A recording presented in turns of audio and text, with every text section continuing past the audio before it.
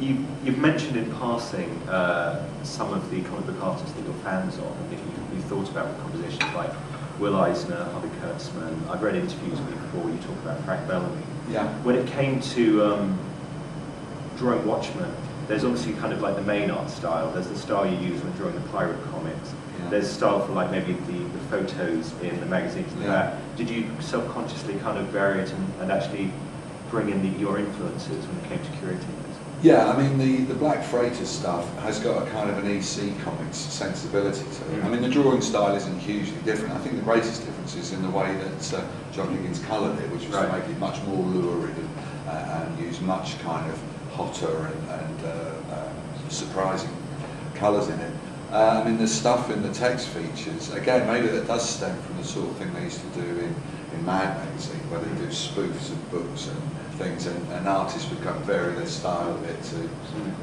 And I've always liked, although as I mentioned earlier, colour has always been a little bit of a mystery to me.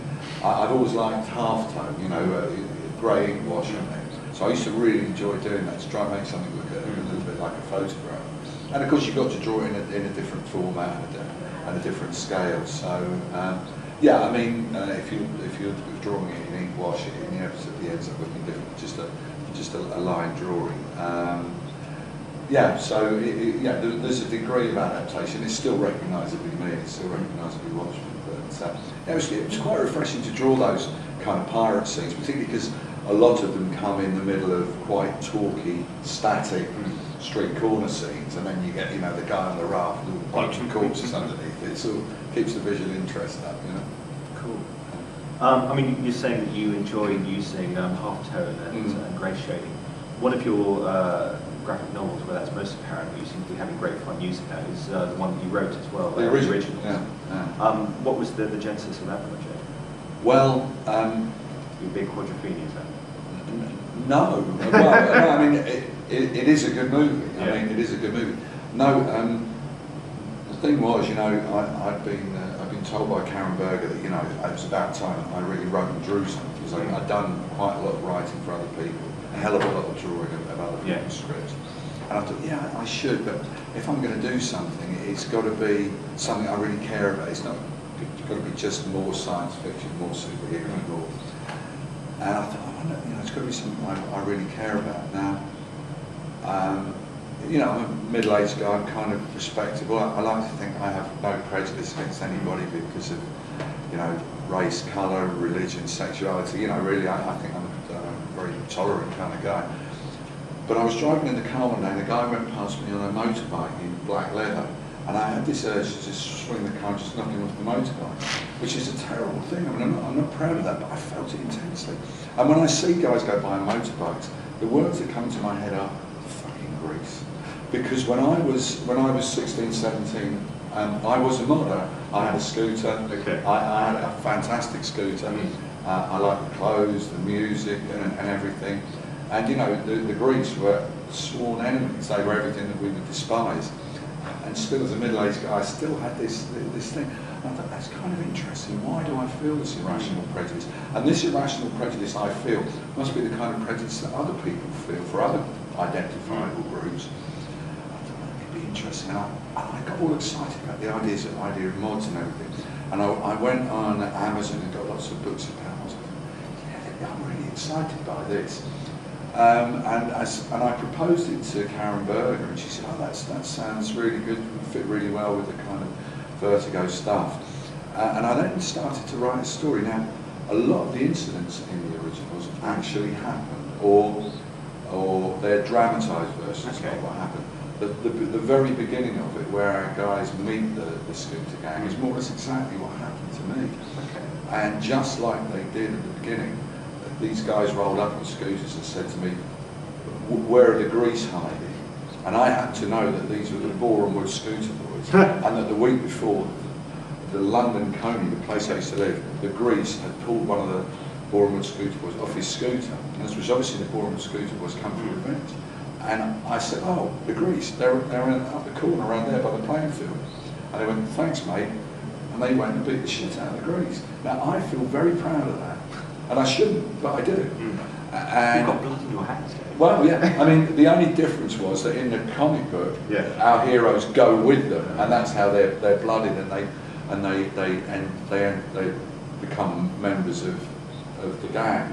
And a lot of the names in the book are names of actual people. And they're not the people, but they're the names that I remember. And they're nice because they're names like Lel and Bok and everything like that.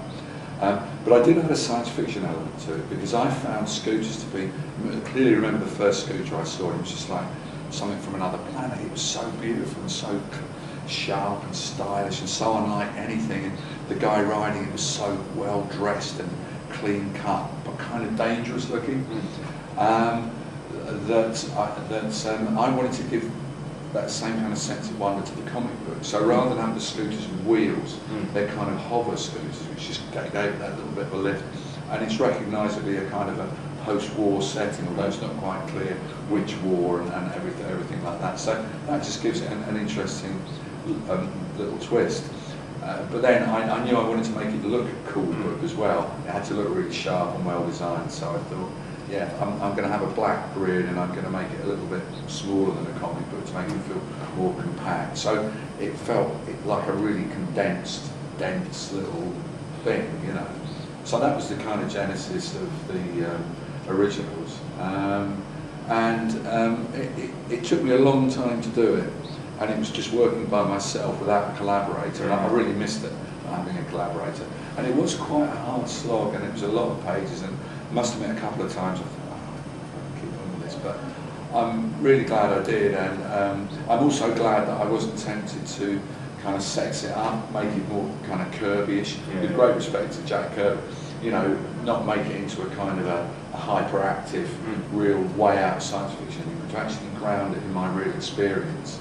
The interesting thing was my eldest stepdaughter, who's 19, I gave her a copy of it, and she's very artistic, and she's got very strong opinions about things, and I actually thought she probably won't even read it. But we actually had one of the best conversations I've ever had with her, because she said, oh yeah, and she said, why don't you like these people in leather jackets? And I explained, and she could understand that, because there were kind of equivalents today, and she felt that it authentic.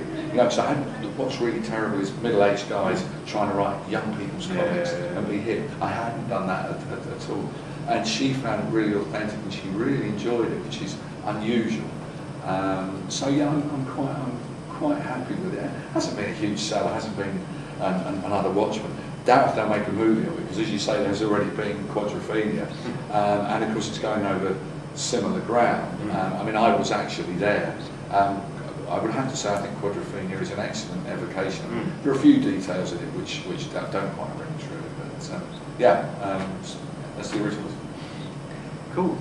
Afraid we've run out of time. Oh no, just when I was getting going, just when my voice was coming back. Yeah. But I'll certainly get in touch again, you know, yeah. if you don't mind. Okay. Cool. Thanks very much. Enjoyed that.